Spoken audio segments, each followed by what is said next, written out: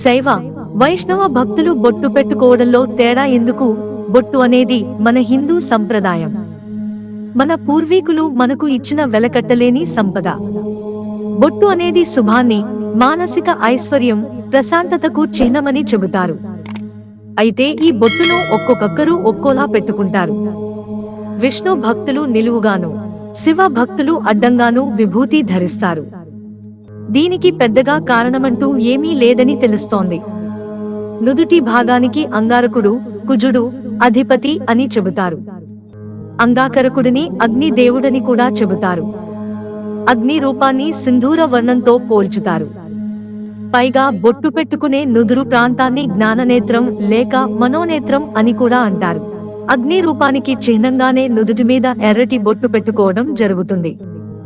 బొట్టు ఎర్రదనం అగ్నిలాగా బాగా డామినేటింగ్ గా కనపడాలనే తెల్లని విభూది పూస్తారని తెలుస్తోంది.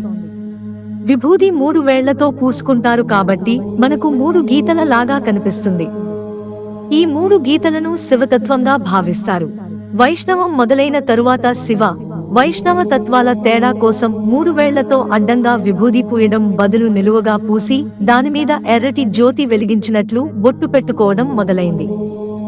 ఎవరు ఏ ఆకారంలో పెట్టుకున్నా కూడా అగ్నిదేవుడి రంగు జ్యోతి ప్రజ్వలన తెలిపే అంగారకుడిని గౌరవించేందుకేనని అంటారు. మిత్రులారా, ఛానల్ సబ్స్క్రైబ్ చేసుకోవడం మర్చిపోకండి. ధన్యవాదాలు.